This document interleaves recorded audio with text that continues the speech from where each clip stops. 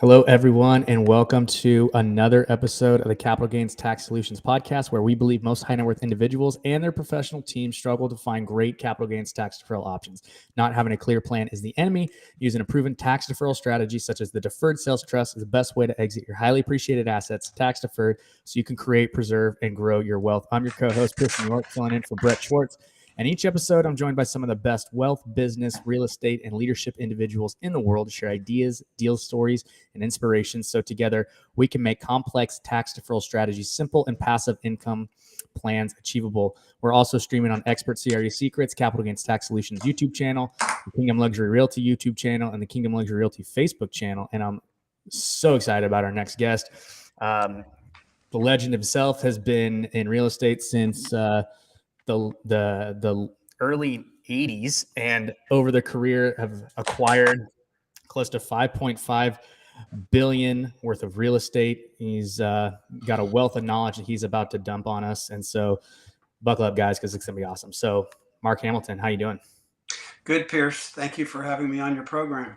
Yeah, absolutely. So that's quite a feat that I was reading in your company's LinkedIn bio over there. So how did you get there?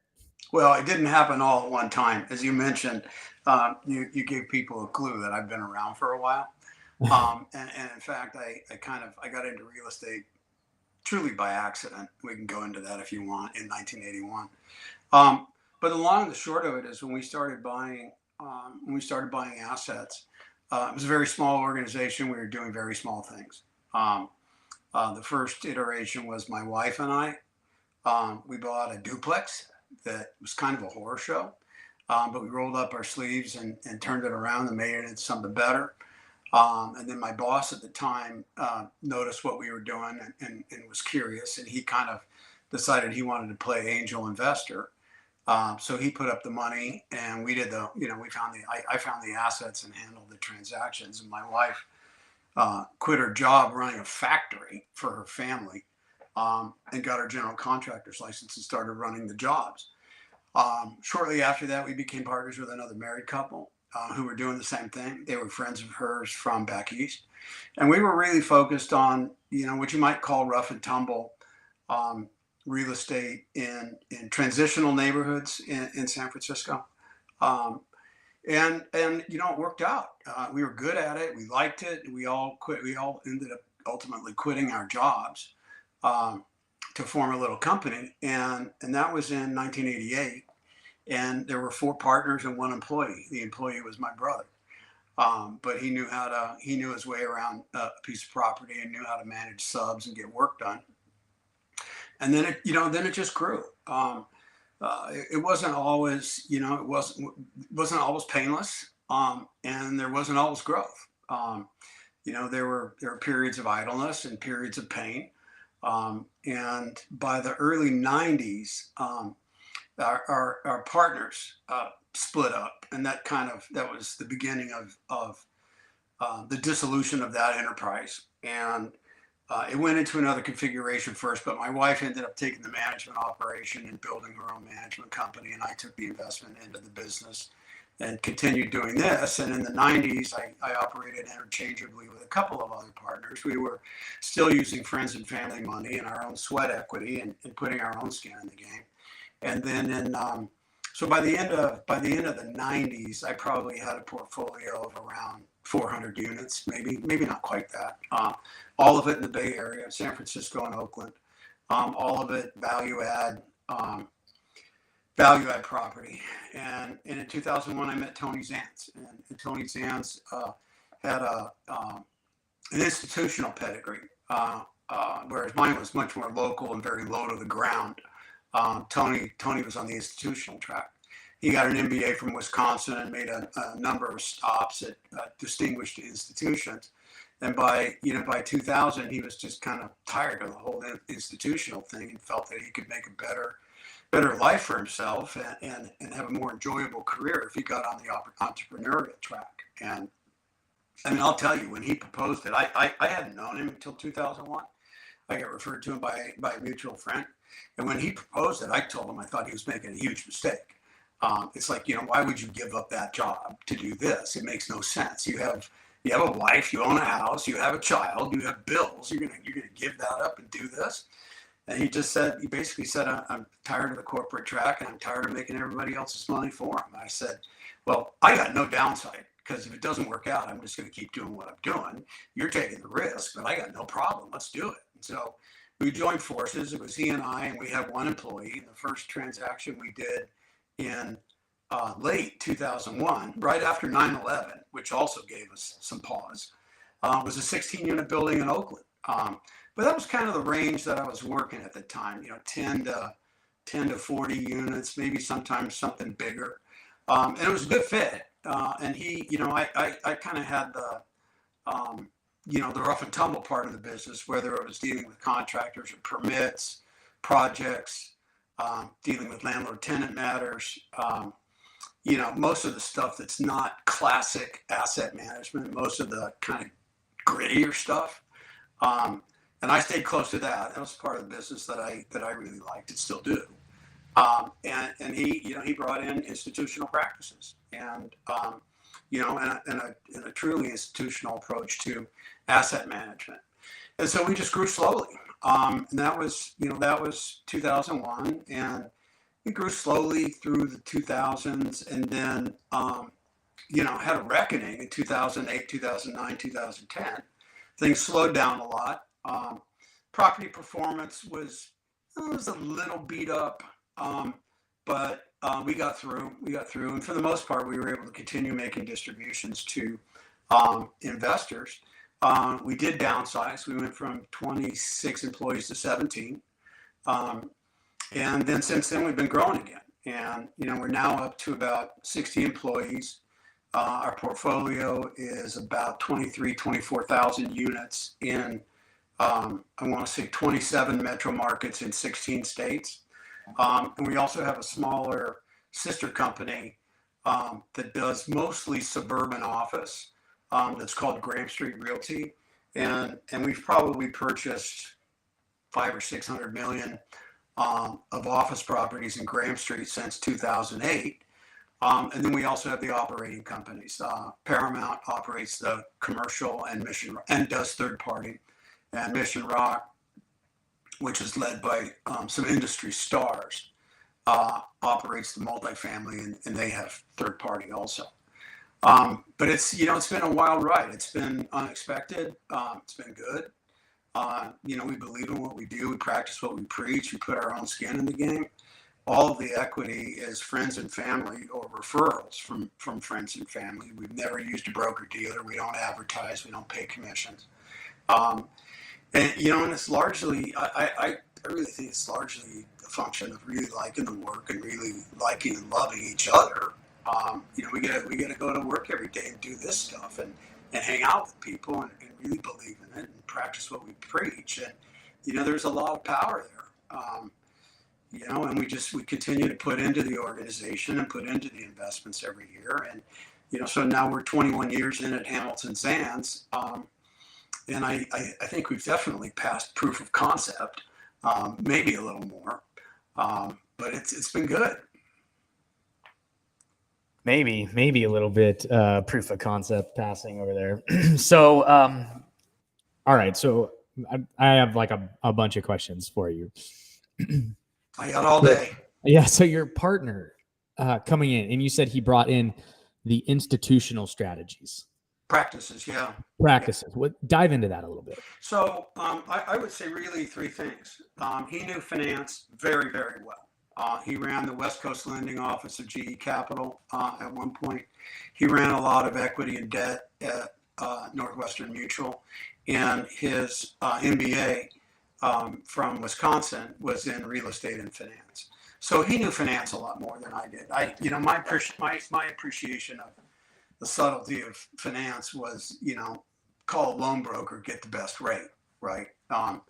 And he certainly had a more refined view of debt, and all the different debt products that you can get, whether it's fixed or variable, you're using swaps, how much leverage do you want? Are you going to consider using mezzanine debt or not? Which we don't, we never have. are you going to go IO for part of it, or is how much amortization do you want? And I mean, he was an expert at that. The other thing I would say is that he brought more institutional practices in terms of asset management. My approach to asset management was always basically as follows. I mean, in the run up to my acquaintance with Tony, as I said, I had a portfolio of probably 300 to 400 units, older buildings primarily, and my work area was insurance and claims and litigation, CapEx, contractors, maintenance and repair, dealing with permit matters with the various cities where we were, dealing with the landlord-tenant matters, and it was really much more of a special projects or problem children emphasis. Yeah, that's kind of my part of the street, and Tony really brought in an emphasis on reports. And so before Tony came in, I met with my wife once a month, she and her partner managed the apartment portfolio, and I just I shared office space with them, so I just walked through the door and go over to her desk and do the rundown every week on what's going on with the properties. And I was always focused more on special projects and hotspots. I knew she was in charge of the accounting and was doing proper reports and dealing with all the accounts payable and receivable and all the rest of it. But when Tony came in, he brought a lot more expertise and emphasis on the reports, whether it's the P&L, the balance sheet, the rent rolls, adjustments to market rent and whatnot. And so he brought that expertise, but he also brought expertise in the form of knowing how to work with institutional partners. Historically, we've done probably 15 to 20% of our volume has been JVs with institutional partners. And Tony, I've learned a lot from him in the last 21 years. And I certainly can hold my own in conversations with institutions. 21 years ago, that wouldn't have been so.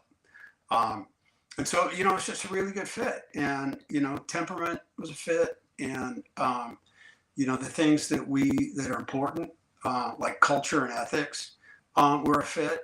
And consequently, we've been able to draw a lot of really outstanding people into the firm. And last year, we promoted Kurt Howcooper, who joined us in 2003. We promoted him to CEO, and he's a partner. And then we promoted 6 senior staff into partnership positions. And so I would really just say that so much of it has been about loving the work and getting to run with great people, and being honest about it, right? Being serious about the work and not kidding ourselves about things. Apartments it's a daily grind. If you're on site at any of the apartments, it may be an hourly grind. There's always going to be activity. But if you show up for the work and you don't try to kid yourself about the work, you're probably going to be okay. Some of it is about problem solving, but it's worked out. Yeah, no, absolutely. So the institutional practices that came in were just creative and a in-depth knowledge of how to finance a lot of these deals. And then on top of that, having the reports and everything that were squared away so that when you went to go get those finances, things were super simple. They were just streamlined and real easy. So he knew how to basically get you guys funded for all of these deals. Yeah. Certainly I've been doing it at that point in time. I'd been doing it for more than 15 years. But it's pretty basic. I had lenders that I worked with, and when I needed a loan, I'd pick up the phone and get started. He knew much more about creating a marketplace for loans than I did, and really pretty much always did that, so that we're getting optimum pricing every time we go out. And otherwise, it's just institutional practices about, accounting and reports and balance sheets and all the rest of it. And he had a real, and to this day has a real passion for that kind of stuff. So how do you create that marketplace? Well, in very simple terms, one way we're doing it now, and it happens most often on the commercial side right now. I can speak to how we finance on the apartment side as well. But when we're doing a commercial transaction, which is going to be office, or it's going to be office flex, um, our partner who runs that business is a fellow named Dave Messing, who's a banker by pedigree. He will hire a loan broker, and he'll make sure that the loan broker puts it out to a number of different lenders. If the loan broker is going to put it out to one lender or two or three, the loan broker's not doing their job. But the loan broker will probably put it out originally to, initially to maybe 10 to 12 lenders. And then, there'll be some who say no thanks, and there'll be some who really want to do it. And then we'll winnow that down to a pack of probably 5 or 6 lenders who give us term sheets. And so by going out to the marketplace for loans, it becomes competitive, and you have an opportunity to get the best terms. And that's how I would say it, again, in simple terms. You create a marketplace for your financing. On the other hand, for apartments are a little different. We're very loyal to the people who bring us properties. And so if we're going to refinance an asset, it is almost a certainty that we're going to refinance or put a supplemental on with the team who put the debt on in the first place.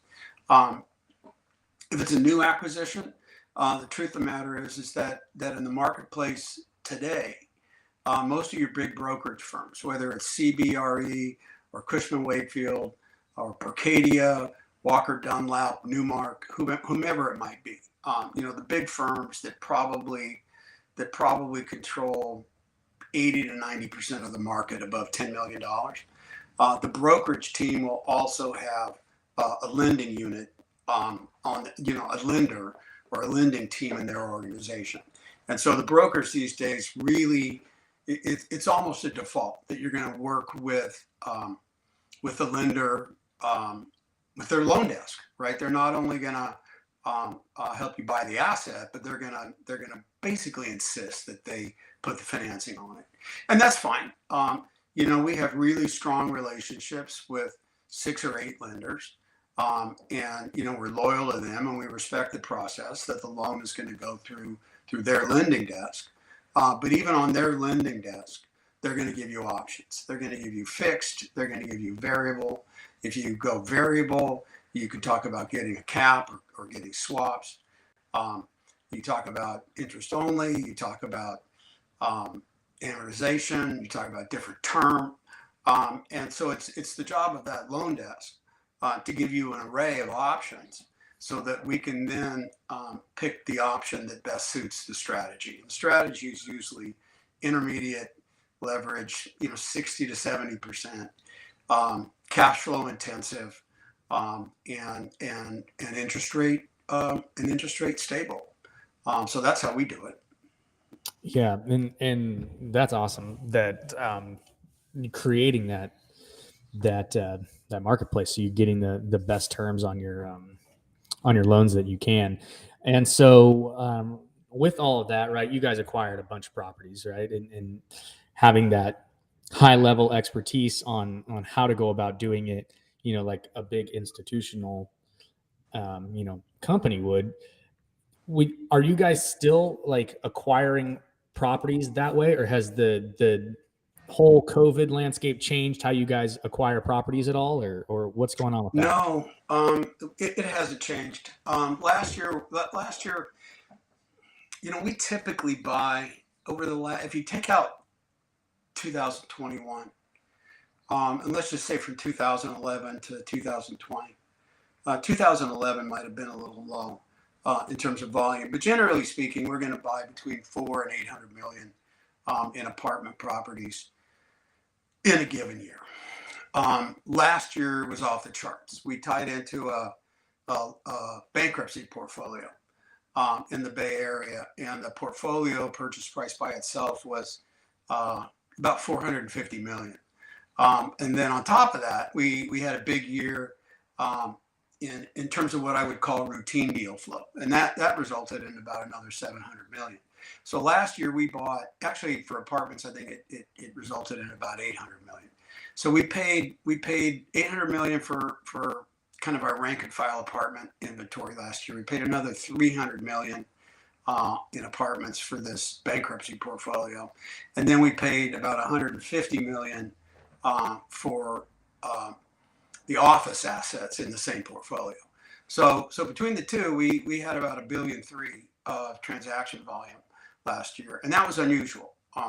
And again, because it was bankruptcy, the ropes, the gears, the levers, the people involved, it was all very different. It was a one-off experience. There were people we knew.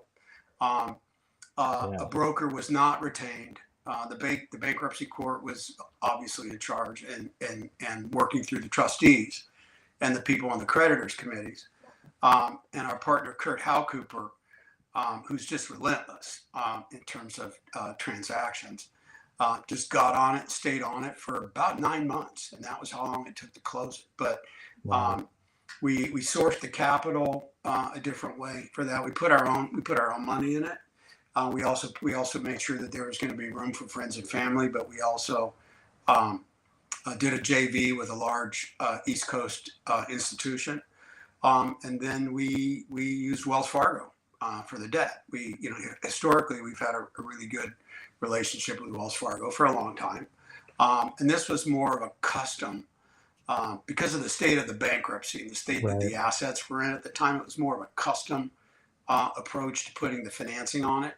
Whereas, routinely we're going to get Fannie Mae or Freddie Mac debt, and it's going to be fixed rate debt, and it kind of snaps together. But in this, there was a lot of custom framing that had to be done by everybody working hard on it. Wow. So 2021, good year. Now in 2022, are you liquidating and getting ready to get on the sidelines and wait for a dip, or what's your strategy moving forward? That's a really great question, Pierce. And what I would say is we're never on the sidelines. We've never been on the sidelines. We think that there's always good work that you can do. It's gonna differ from year to year based on market pressures, based on the amount of capital that's chasing properties, which push prices up and returns down. It's going to be based on operating conditions. It's still a very strong rental market, and I expect that will remain the case even if we go into a recession. But I'm sorry, can you repeat the question? I totally lost Are you guys liquidating? No, we're not liquidating assets at all. In the last 15 years, 16 years, we've been out of contract as a buyer once for a week. And other than that, every other week in the history of the organization, we've had something in contract that we want to buy. And we can do that because we're in more than one market, right? We left the Bay Area for quite a long time for apartments because we just couldn't get returns. We didn't get the returns that we wanted. So we started going elsewhere. And every time anywhere else has got priced out, we looked to the next market. And so, I mentioned earlier that we're probably in 27 metro markets. Originally, we were in one. And then it was 2, and then it was 3, and we just kept looking, right? We're really kind of obsessed with finding returns. But right now we can look at 27 markets. And we're probably also looking at some markets that we're not currently invested in. So we're always looking for new markets to look for returns. And a lot of markets are closed to us right now because the prices are just too high and we won't be able to make our numbers. The flip side is a great time to be a seller, right? In our business, it's a little bit of congratulations, I'm sorry, because if you're a seller and you're a 1031 practitioner, which we are, it means you're going to sell something. You're probably going to realize some nice gains, but then you're going to have to go back out and find something. And that's not the worst thing in the world. Leverage is down right now. Historically, we like to be 60 to 70%. Right now, it's probably 50 to 60%. Cap rates are very low, which means cash flow is compressed. But if we make, if we have a nice result on something that we're selling, and I'll just tell you, it's a white hot market right now if you're a seller. And if we have something that's I would say a minor victory right now when we're selling it, we're still coming out making at least 100% on top of the cash flow that we've Wow. distributed. Right now, that passes for kind of a ho-hum return. We have, we're seeing 3x, 4x, 5x, 6x. I'm not kidding you, and it's crazy. We didn't anticipate it. Whenever we have these events, I tell the investor to enjoy it and then to forget that it ever happened, because the returns, and you can't sustain returns like that. But if if you make a 3x or a 4x, and maybe you were distributing 6% before on $100,000, that's 6,000. But if you make 4x, even if you come out at 4%, you're still making 16,000.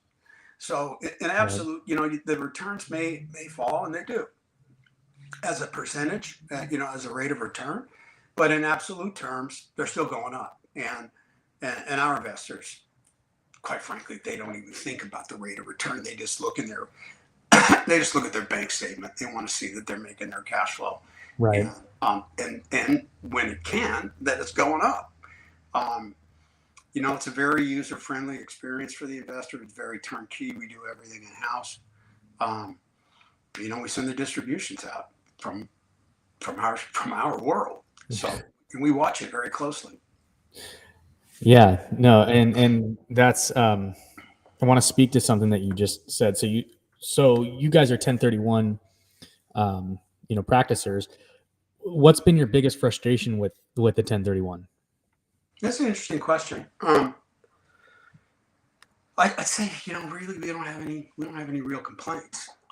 There are certainly a lot of details that you have to follow very closely, to make sure that your exchange is gonna qualify, and that it would stand up to an audit if you got audited. So there's a fair amount of particulars that are involved, and also from time to time we'll do an exchange. Any one acquisition that we acquire through an exchange might include 2 or 3 or 4 of our own partnerships, and then 4 to 6 tenant and common investors who are clients of ours who have their own exchange that they want to complete. So we may have anywhere from, it's usually going to be 5 to 10. Sometimes we can get more, but it's usually going to be 5 to 10 investors on the title.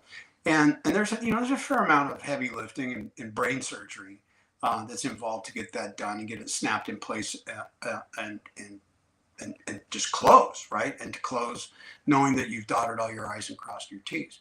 I would say that for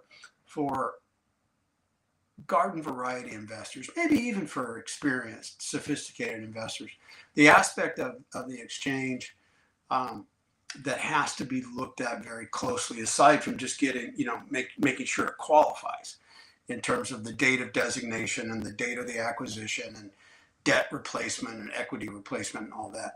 You have to be very mindful of other costs that are being paid that don't count as real estate replacement, right? If it's certain fees, might not count as real estate replacement.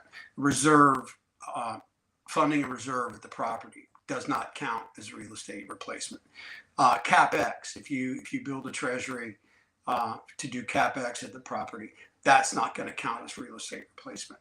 And so you could tell yourself you've done the perfect exchange and still have capital gain exposed from it. And so one of the things that we do is we make sure that the costs and uses of funds that don't necessarily count as real estate replacement, that we fund those with cash. We fund those with new cash, so that it doesn't create the capital gains headache for somebody who thinks they've done a perfect exchange.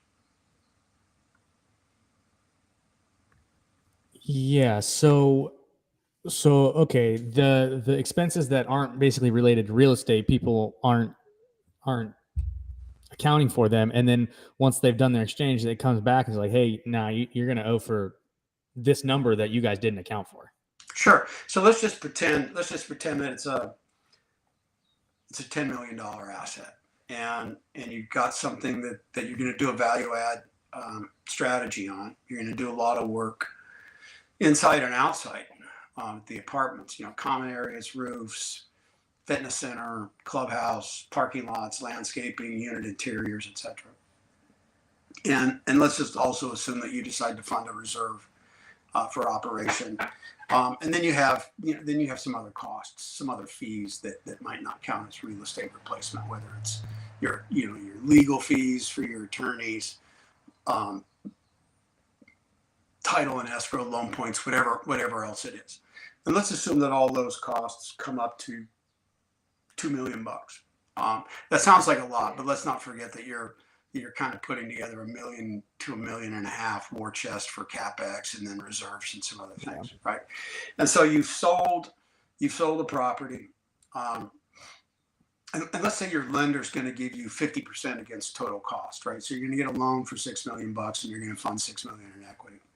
And let's say that fits perfectly with your exchange.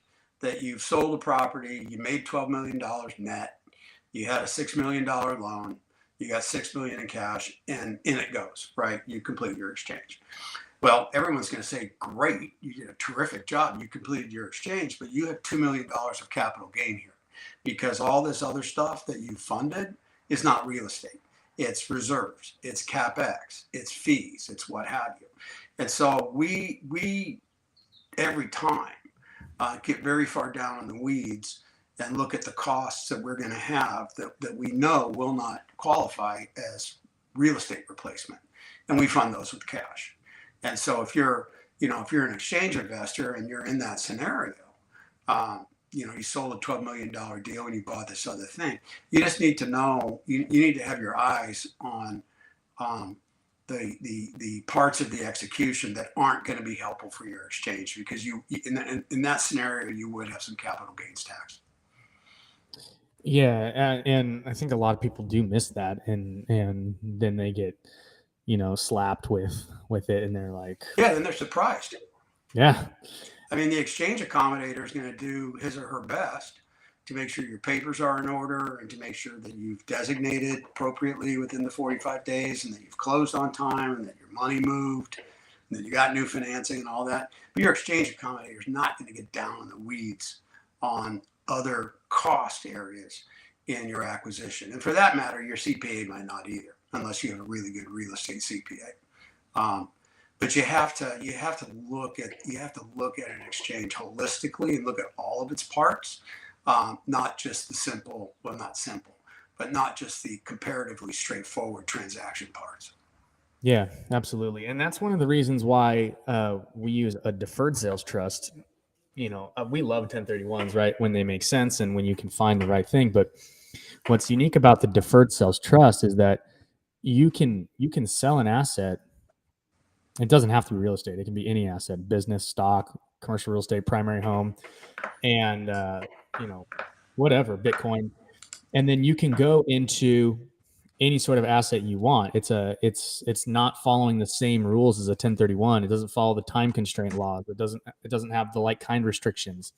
So you can sell an asset, put it into super conservative investments, and then wait until that real estate deal pops up, and then you can go and you can purchase that deal. It's kind of like your ability to different codes and all that, but for conceptual purposes, it's kind of like 1031ing into a self-directed IRA account that you can use to go out and invest in whatever you want. And what's great about it too is that it allows you to break up syndications too. So if you got 10 of your investors and only and 3 or 4 of them don't want to go, well, if you're not buying those guys out or doing something else, right, you're basically your 1031's kind of dead. Well, in this case, you can basically use each individual person can use their own deferred sales trust and not have to pay the capital gains tax, and the ones who want to can just take their money and they can go. So it gives you complete flexibility to control the timing, the asset, what asset you go into, the investment, when and where, and it gives cash flow and diversification. It's a phenomenal tool. It also moves assets outside the taxable estate. And so you're not, your heirs aren't subject to that 40% death tax when you are liquidating those assets. And so that's a whole nother conversation. But Yeah. you You're know, gonna have a pretty big estate if you're paying any inheritance tax. yeah, you got to have over 20. It's like 22 million something. 25 million. Yeah. So, it's definitely up there. But those people do. Sure. I Of course. imagine you'll be up there. Well, maybe Maybe if I don't give it all away first. Yeah. So, but anyways, that's kind of cool. So I'm curious, have you ever used a deferred sales trust? Have you guys ever looked into it or heard about it? No, and in fact, Pearson, thank you for asking the question. I know very, very little about deferred sales trusts. I gather that some people might describe it as a tool for affecting what we would otherwise call an installment sale. That you put the machinery together and then put your asset in, and it goes over to somebody else, right? But in a trust. And then you can elect to get payments out of the trust. And as you get payments out of the trust, you have that money exposed to capital gains taxes, but you can time manage it that way. And to me, especially given the use of the term installment sale, whether you would say that's accurate or not, I understand it is, that the installment sale is used from time to time to discuss deferred sales trusts. But that's a little bit like carrying paper. Carrying paper again is an installment sale, and if I using the wanted same to, code. yeah, if I didn't want the gain, or I didn't want it all at one time, or maybe I don't even want it in my lifetime. I could carry paper. I could sell something, and I could carry the paper. Whether I get payments on that periodically while I'm still alive, or we put a fuse on it so that it's not likely to come due until I'm gone, and then that goes into my estate. I get that those are means of managing the exposure, time managing the exposure, and sizing it periodically so that you're content about the taxes that you're paying as you do. We're straight up 1031 practitioners, and we use really three approaches. As I mentioned earlier, we're big practitioners of the tenancy and common structure, which we've been using for a very long time. Routinely, even on that first transaction that Tony and I put together in 2001, we put together a partnership. We didn't have to raise a ton of money. I think we raised $300,000 or $400,000. But we put together a partnership, and we raised a chunk of money inside the partnership, and his father was in an exchange. So that was our first. That was probably our first tenancy in common execution, but it was our very first deal together. And so you had two entities on title. You had this partnership, and then you had Tony's dad, right? And so we were able to basically, that was a very elastic structure, and especially in the years prior to 2008, with CMBS loans, commercial mortgage-backed securities loans, conduit loans, you could put as many as 35 people on title, which was a lot, right? And we were able to take exchange capital from people who wanted to give us $100,000 or $150,000 or something like that. And we'd pool all of our capital that way. But in 2008, the CMBS markets seized up and basically went away for 3 years effectively. And we moved over lock, stock, and barrel to Fannie Mae and Freddie Mac. And they hadn't really become accustomed to the tenancy and common structure at that point in time. But initially, they let us put five entities on title, and then pretty much now it's 10. They will make exceptions from time to time if we have the need to put more people on title. It might be 12, it might be 15, but usually it's going to be around 10. And so the 1031. The garden variety 1031 and the tenant common structure has probably carried the burden for 75 to 80% of our transaction volume over the years. In the last few years, we've also started doing Delaware statutory trusts, which is a different strategy, but it is once again a like kind strategy. It's not an installment sale. It's not a deferral. It's a like kind exchange strategy. We like that too. And we don't raise money through broker dealers. So it's very efficient for the investor. And so then the third approach would be if we're working with a high net worth family, and they really don't want, they really want to complete something for their family, right? It's for them. They don't want other investors in, but they don't really want to be alone either. They want us there for expertise and handholding and doing the asset management. Then we'll do what we call a separate account, and and we'll take that on as an assignment and go out and find suitable replacement properties. And then generally speaking, they're going to put up the majority of the capital. We'll put in our own capital if they want us to.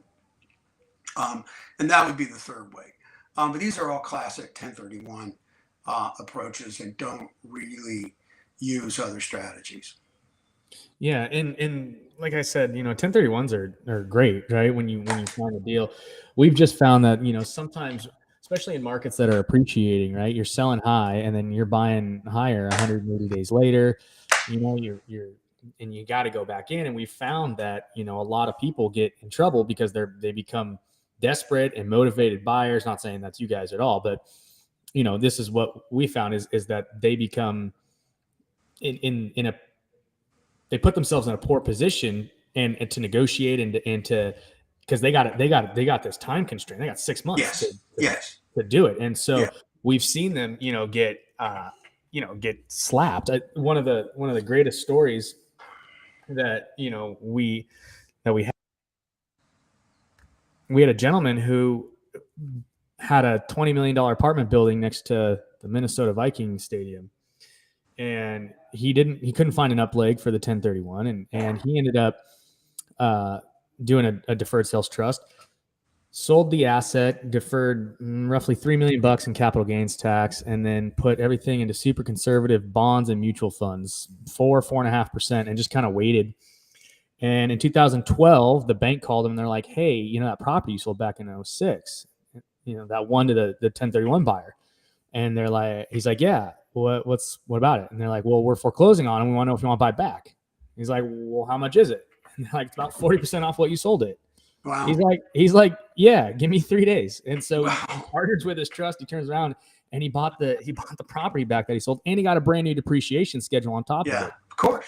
And so that's a good problem to have.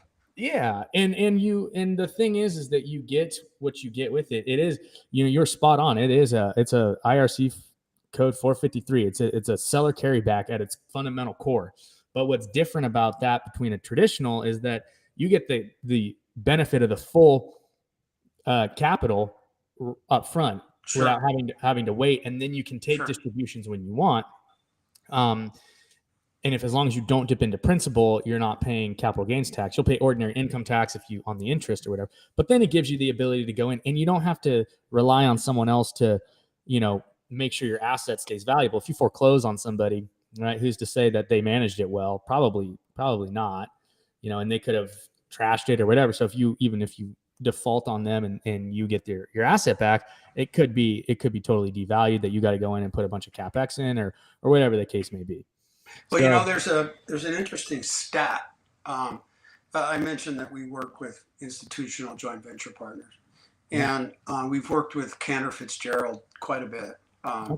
And worked with them, helping them get into the apartment arena for the sake of completing Delaware statutory trust investments. Yeah. And they told us that 6 out of 7 people who go into an exchange don't complete their exchange. Wow. That's staggering. Yeah, that's crazy. And to me, how I decode that is somebody sold it because they didn't want to own it anymore, right? They were ready to be done. They were probably going to make some money.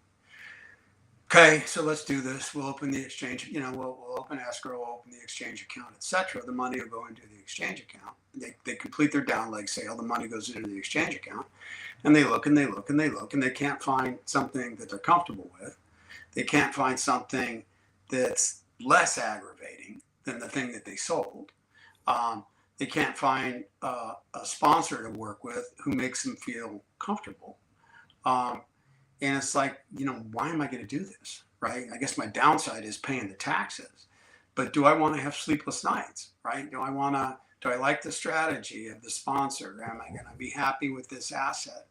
And so when 6 out of 7 punt after starting an exchange process, that tells you that people have second thoughts, as they should, right?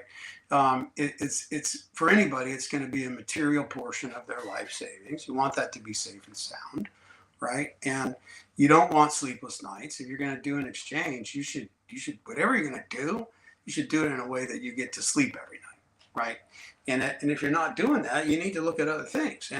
And so it may be that the Deferred Sales Trust is a good alternative for people, because they're really ready to be out of the game. As you said, they sold high, right? They got their chips off the table when things were strong. They can stash their money into a structure and take it out periodically and pay the taxes periodically. And if that helps somebody sleep at night, that's definitely what they should do. Yeah, absolutely. And it's just it's a staggering, thing that you said that 6 out of 7 don't complete their exchange, and it's just kind of like, I don't know. It seems like almost after talking to so many people that people understand the idea, but they don't understand the actual 1031 exchange and how to make it work for Sure. them. And so people get caught. And Well, and then you got to put your money with a stranger, right? Even if you're going to complete your own exchange, your exchange accommodator is going to hold your funds for a while, and maybe they're right. not a stranger, right? Maybe, but your funds are going to be held by a third party, right? That probably gives some people the jitters.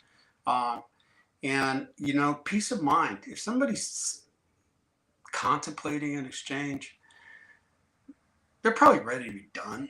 Right. Certainly with their down leg. And the first thing you should get out of an exchange strategy is peace of mind.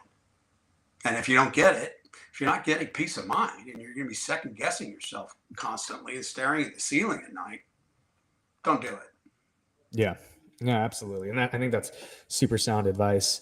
I've almost kept you for over 45 minutes here, so I want to make sure I'm respectful of your time. But so I wanted to ask you: Are you guys currently just like hammering a particular market right now? More than one. The West Coast, things in the Western time zone are really hard to buy right now because they're so fully valued. I'm gathering that you might be in California. I am. Yeah. So prices are insanely high. Yeah, we're nuts. Returns are low. Leverage is low. So it's hard for us to acquire in the West right now, and that's certainly true of Arizona as well, and for that matter, Las Vegas. Las Vegas and Reno. Anything that's in the Western time zone is very, very fully priced, and I would include Utah there, although it's in the Mountain time zone. Oddly enough, we love Colorado, and we're still making transactions happen in Colorado. Colorado, the I-25 corridor of Colorado, from Colorado Springs through Denver up into Fort Collins, has been our number one market for the last 20 years. We've done more volume there than anywhere, and we've done a lot of volume in other markets, but Colorado's been number one, and we've had great results. And so, curiously, we can still, we're still working on Colorado. Texas, for the most part, we're selling right now. We have owned in New Mexico, but don't own anything in New Mexico right now. We're in the KC market. We're in the St. Louis market. But I would say where we're seeing the most opportunity is the Mid-Atlantic. I wish we could buy more in Georgia right now. Georgia's very fully priced. We've never owned in Florida, mostly because of yields. Yeah. But last year, the year before, this year, we're still getting good looks in North Carolina, Virginia, Tennessee, and Maryland. And I think probably 2/3 of our deal flow this year will be in one of those markets. And we do. That's what we do. We hammer it. We'll take in 3,000 to 4,000 submissions a year. Wow. We'll probably underwrite 10% of that or less, because it has to have a certain probability to it that it's going to work for us in order to want to underwrite it. And if we underwrite 250 deals in a year, we'll probably make 50 offers and maybe buy 15 to 20 properties. So you just have to hammer it constantly. And we have, we have a great transactions team. Our transactions team on the buy and sell side is 8 or 9 people, and it takes that to create any deal flow. How about like what about in like the Midwest markets? We'd love to be in Minnesota. Minnesota's the yields are low. We'd love to be in Wisconsin. Yields are low. Jury's mixed on Illinois. There are a lot of parts of the Chicago metro that we like, but it's not clear that they're really gaining population, and they may be shedding businesses. A lot of businesses complain about how stagnant it is in Illinois, and how it's not business friendly in terms of taxation. Otherwise, we like parts of Kansas. We like parts of Missouri. I can even see us. I don't think Arkansas is the Midwest, but I could see us buying in Arkansas if we could find the right thing. I don't see us buying in the deep South. Florida's too expensive, and the Midwest right now. You don't see a lot of deal flow in Minnesota. For some reason, it's just not a lot that comes on the market. And I'd say that's pretty much true of Milwaukee also. Of Wisconsin. Are there particular asset classes you're buying in certain markets versus other markets? And and what does that look like? Well, we're buying a lot more what I would call core plus these days than value add. Value add has gotten very, very expensive. People will pay dearly. Investors will pay dearly for value add because of the plausible ability to throw in money, increase the value of the real estate, drive the income, and then realize a solid profit from the sale. But value add right now, you're probably paying a 3 cap. I think a 4 cap is the lowest that you should ever pay. Is the lowest return you should ever pay to buy any real estate. But we hear deals that are going down below 3 cap. Value add deals that are going down below 3 cap. And that's just it's tough. If you're in our business, you also have to be willing to be your own biggest enemy when it comes to underwriting. You have to just be relentless on the underwriting. You have to beat the underwriting to death. So that you can really satisfy yourself without kidding that you're going to make your returns. And so, I just don't think that the yield is right now for value add. When we find value add, we can do it. It's an exception. We will still do it. This bankruptcy portfolio that we bought in Northern California was absolutely value add, a lot of heavy lifting. And so we will still find value add from time to time. But mostly we're doing core plus, right? Core plus is anywhere from new to 20 years old, but the vintage starts with a 2. It's 2000 something, and it might need a little brushing and scrubbing, and maybe you're going to go in and update things and the like. But you're not necessarily expecting value add returns. You're not expecting a 15 IRR. You're content to get something between 10 and 12, and you're buying nice real estate, and you're completing your exchanges, and you should have stable cash flow, and that's probably. If you take the bankruptcy portfolio out of last year, 2020, 2021, 2022, I'd say probably 75 to 80% of what we're doing is core plus. So A minus, B plus. Yeah, light. Even A, even A to A minus. It might even be A plus, but it's not going to, if it's A plus, it's not in Miami. It's not in San Diego. It's not in Orange County. It's not in Palo Alto. It's not in, it's not in Bellevue, Washington. It's in Reno, or it's in, it's in Richmond, Virginia, or it's in Nashville. It's in a second city or a tertiary city. But if you're buying something in St. Louis, it might be brand new, and no investor is going to consider that core, because core is not. St. Louis is not a core market. Yeah. I was looking at a deal in St. Louis the other day, just a single family house out there in St. Louis. And I noticed that there's this one company that's buying up 30, 40, 50 homes at a time right now, in those markets. And our thing was well, if we could pick this one up, they got to know something I don't know. well, they're not dumb, right? Like, we'll follow the banks, right? Like, Sure. so that St. Louis market, is there something going on there that's really interesting to you? It's an interesting question. You know, I don't know. I really don't know that much about the single family market. You know, it's just a product type we've never dealt with. The smallest thing we ever bought was a duplex. We did buy Makes a lot one of of sense. those, and then it was a triplex, and then it was a Yeah. fourplex, and so far up the curve. But what I'm guessing, and I can only speculate, but what I'm guessing is that this shop, whomever they are, they're seeing, they're probably seeing gentrification, would be my guess, wherever they're going. I mean, maybe they're just going in and buying rough stuff, right, and trying to renovate it and then collect rents. Maybe, I don't know. But it's also possible that they're seeing gentrification, in that you know, there's a big push right now for the last 2 years. There's a generational push into home ownership. You know, a lot of people are leaving rentals, they're leaving urban areas, they're leaving one place or another, and they're moving, right? And there's been a big shortage of single family home inventory, which has pushed prices way up. And so, you know, it wouldn't surprise me if this is just, you know, if this operator, you know, sees enough either gentrification or movement of dual income households into certain communities, and, you know, and believes there's going to be appreciation.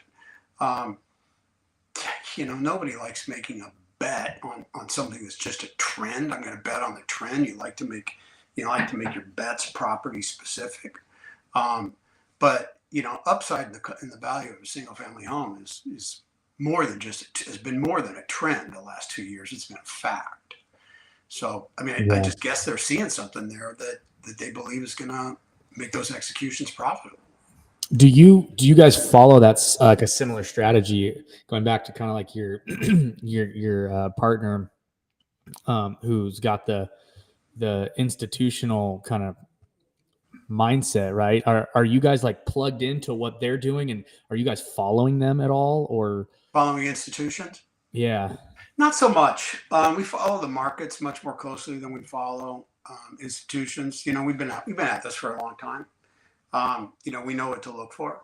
You And guys I are would the say one of institution. the other emphases that Tony brought in was just a real kind of macro understanding of supply and demand. You know, for me, I was operating in rent controlled jurisdictions. It was easy to see if the rents were low. You know, if the rents are half a market, it's not an illusion. You know, and you don't need to have a lot of science to know that if that person moves, you're going to be able to double the rent.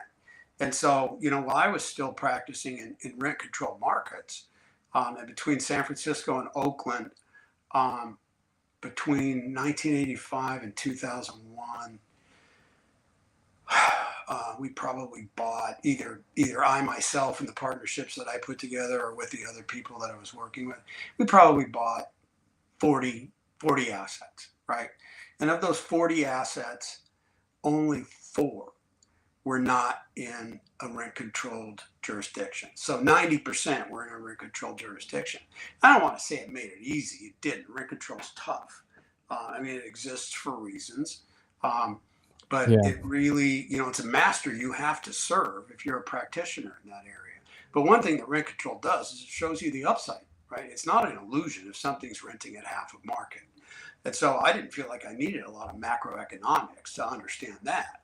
But once we went out and started doing conventional instead of rent controlled markets, you know, I always wondered, you know, is it going to be easier or harder to go into markets that aren't rent controlled? Because you just assume that everybody's indexing their rents all the time, right? And that there may not be that much upside in the rents, but there is. You just have to look for it. And so, you know, we just, you know, Tony brought in an emphasis on macroeconomics, understanding supply and demand and demographics. And we really follow the jobs. What we follow is good paying jobs where jobs are going in. Take Nashville. You know, 10 years ago, you would have said, or even 5 years ago, you would have said Austin, right? Because there's so much job growth in Austin. Well, right now it's Nashville. There are a lot there are a lot of national firms that are moving there. It's happening in Atlanta also. They're leaving higher cost jurisdictions and going places like Nashville and Atlanta. But the jobs growth is not an illusion. You can quantify it. You can see what it's doing in terms of rent growth. And then the other thing we look for is barriers to home ownership, right? If it's difficult to build a home, or it's very expensive to build a home, you might have you might be able to satisfy the housing needs of a dual income couple by leasing them a terrific downtown apartment for $2,500 a month, right? But if they want to get the house that they want to buy, they may have to pay $500,000 to $750,000 for a house that they want. So we look at that. We don't ever want anyone to be a prisoner, but we look at places where we can provide a really good value alternative for people and a lifestyle that they want until they're ready to do something else. So, but if once upon a time in the early years when we were looking at Boise, we've been in Boise for the last 10 years, but we were looking at it before. You could rent an apartment for $600, and you could go buy a new subdivision home out on the prairie for $120,000. We didn't think that was a recipe for success, because if you have clean credit and you can get a down payment, you're going to buy a house. You're not necessarily going to rent an apartment. That's changed, right?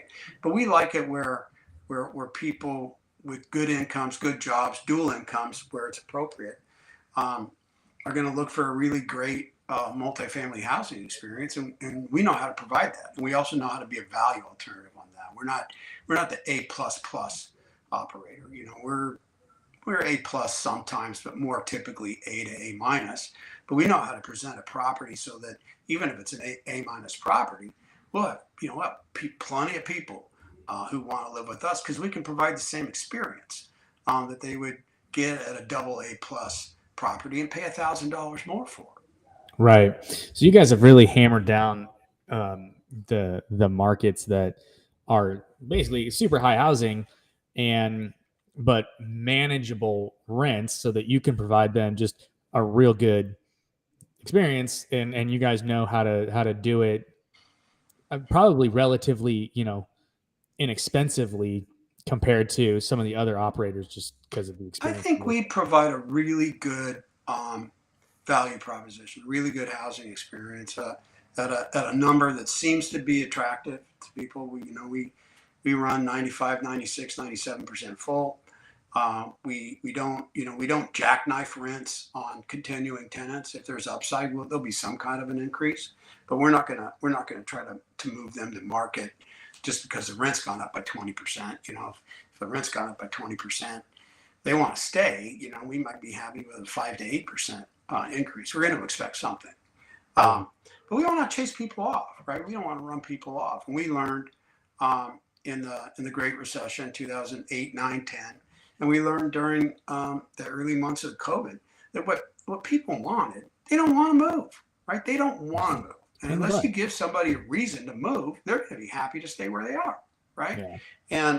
And we even walked back. We do rental increases every year, right? And we give a good long notice for when they're coming. And we had given increases for we had given the increases or the notices for rental increases, and for January, February, March of 2020. And then when the shit hit the fan, we walked them all back. Right? Because we didn't want anybody to feel like they were being pushed. We didn't want anybody to feel like they needed to move. We wanted to help them stay. And we know that by being careful with turnover, right? Being mindful about your turnover and meeting the market, it's going to give you the best chance to stay full. And your best results are going to come the more fully occupied you are. Yeah, absolutely. And so we're gearing up on time here, so I gotta get you off of this. I'm fine. You can kick me off anytime you want. I'm having fun. But so are you guys finding that there are certain amenities or certain lifestyle options or whatever that's like super attractive? And are you guys basically like taking this like templated model and just cookie cuttering it on every property, or how does that work? Pretty much. I mean, we like doing things where we could do them more than just once. We wouldn't just like we wouldn't want to buy one property in Omaha, Nebraska. If we had an opportunity at 6 to 10 properties in Omaha, Nebraska, and we thought we could understand them, we'd be happy to do it. But we don't, there's no real efficiency in doing something just once. So yeah, we have tricks of the trade. We have things that we look at. I will tell you that they're all pretty basic. The garden variety stuff is quite frankly, nice landscaping, a nice clubhouse, a fitness center, a pool, a nice pool area, a spa. These days, more and more, what you're doing is you're making sure that those outdoor areas are also outfitted with grills and one thing or another, and what we call an outdoor living room. It may be, it may really feel like an outdoor kitchen, right? Like a full-on outdoor kitchen with nice seating areas and the like. That's popular. We like doing that. You're going to do some stuff that's purely about design value, right? You're going to make your outdoor areas and your amenities pop, right? So that people really, get turned on when they see it. And then otherwise, you've got things like, dog parks, pet parks. We do that. We like that. Believe it or not, pet washing stations. Yeah, we have those. That's a big thing. Sometimes, if we have the room for it, we'll put in something like an outdoor car washing station. It's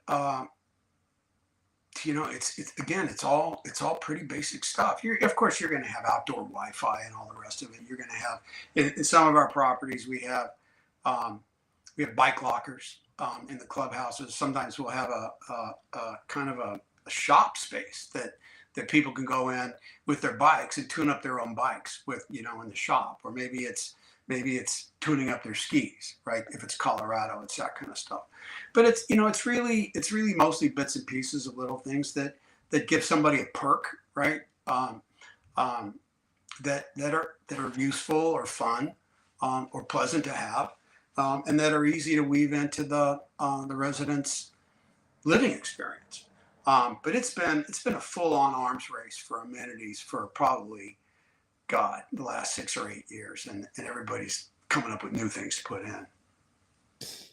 Yeah, interesting. Okay. Package lockers, package lockers. We like those. People like those. It's a good thing. It's just little elements.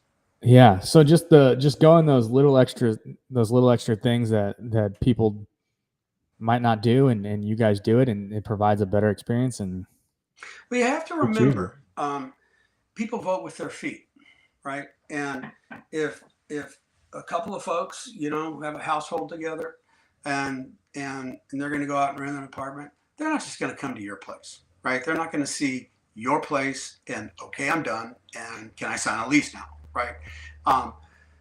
We love to look, right? People love to look. They like to see, well, let's go see this other one because that looked pretty good too, right? And so, whether it's because you have something that you haven't taken care of, or you have a conspicuous deficit of amenities, you don't want to give people an incentive to go somewhere else. You want to give them an incentive to do business with you.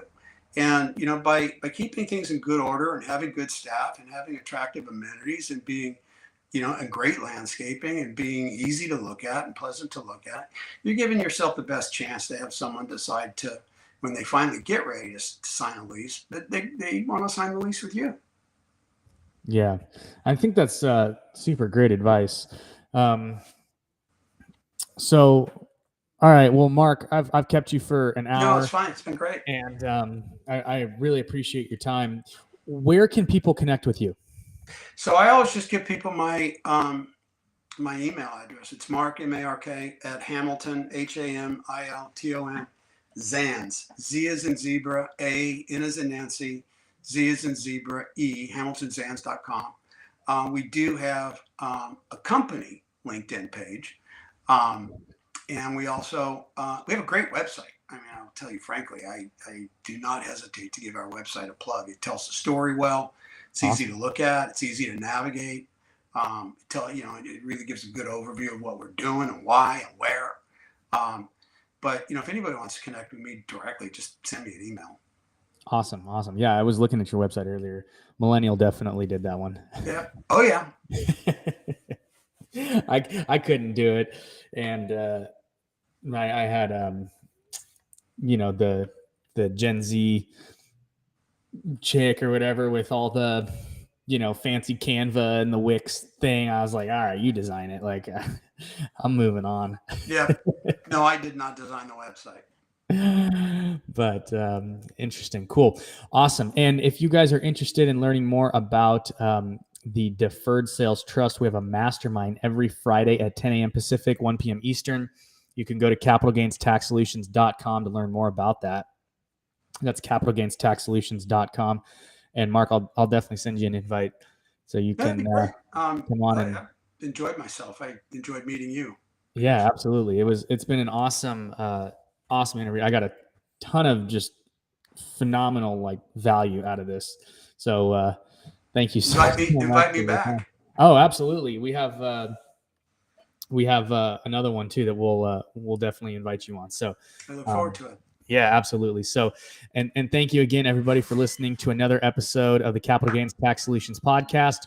As always, we believe most high net worth individuals and those who help them struggle with clarifying their capital gains tax deferral options. Not having a clear plan is the enemy. Using a proven tax deferral strategy, such as the Deferred Sales Trust, an accurate 1031 exchange, a Delaware statutory trust, a charitable remainder trust, is the best way to create, preserve, and grow your wealth. Please rate, review, and subscribe.